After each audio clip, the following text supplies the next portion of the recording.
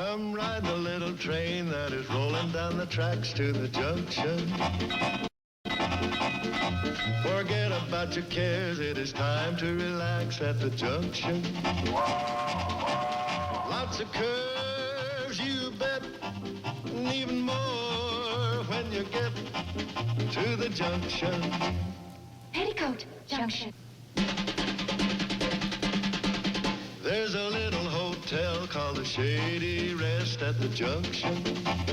Petticoat Junction. It is run by Kate. Come and be her guest at the junction. Petticoat Junction. And that's Uncle Joe. He's a moving kind of slow at the junction. Petticoat Junction.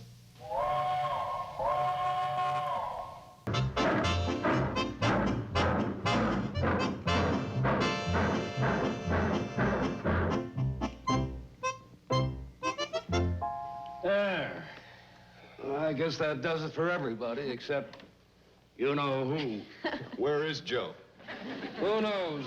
Same thing happens every year. He's never around when it's time for his flu shot.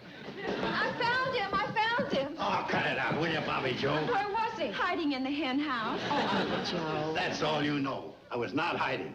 I was out there giving the hens a pep talk. See, about this time every year they go into a slump, and What are you doing? Just roll up your sleeve, Joe. Now, wait a minute. Let's not rush into this. And for crying out loud, Joe, every year it's the same thing. Can't you cooperate just once? Me? When didn't I cooperate? Last year I had to chase you up the water tower.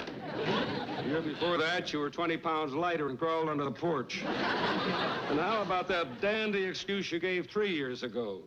Oh, what was that? He said he wanted to donate his body to science. But if it was too healthy, there wouldn't be anything for them to analyze. Come on, honey, I got work to do. Oh, now, Uncle Joe, look, this time it's even more important than ever. If you're going to be around the baby, you don't want to take any chances. I keep telling you I'm not going to catch anything. Uncle Joe? Well, okay. Holy smoke, where'd you get that, from a dartboard? Now, just relax, Joe. Don't even look. Ow! Joe, that was just a cotton.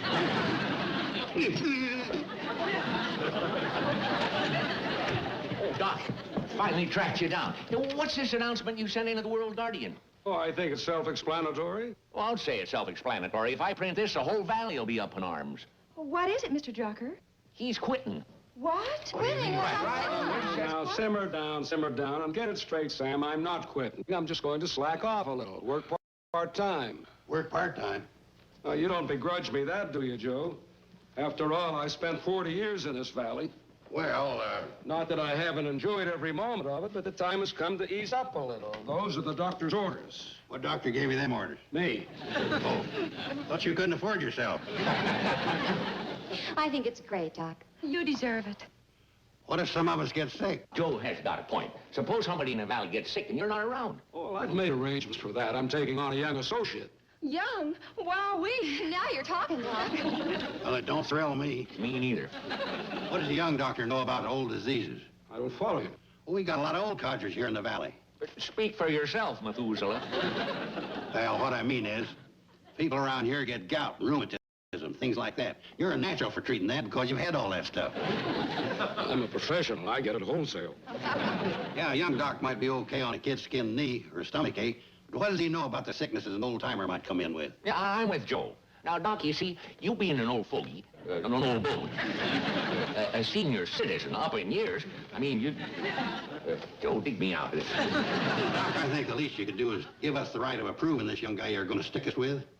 Well, you'll know soon, because this young guy I'm going to stick you with, as you say, is arriving tomorrow.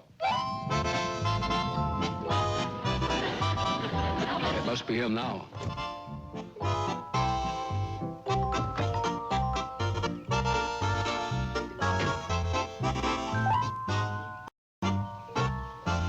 False alarm. Yeah. Well, even under the old schedule, I'm late now, so we've got to go. I expect she's a passenger.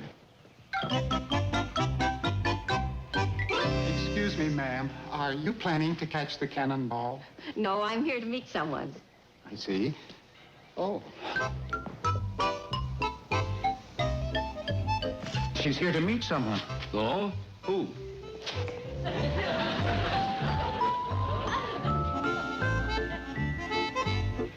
Ma'am, who are you meeting? Dr. Stuart. Oh. Oh.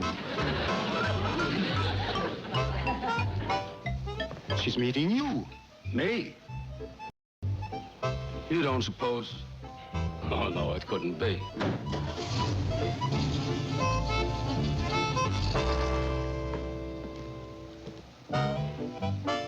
Excuse me.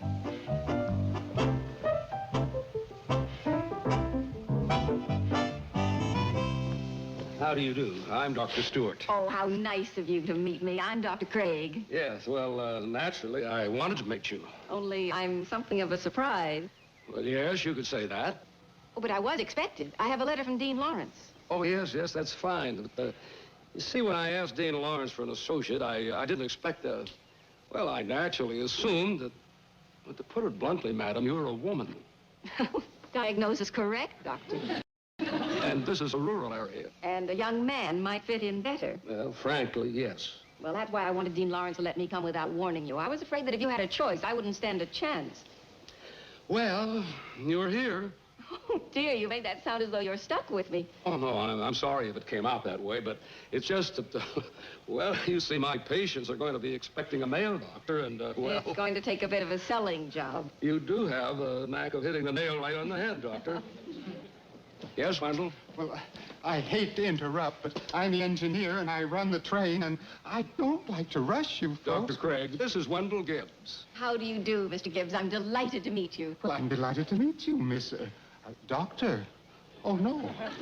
I mean... Oh, no. I guess that's one of the selling jobs?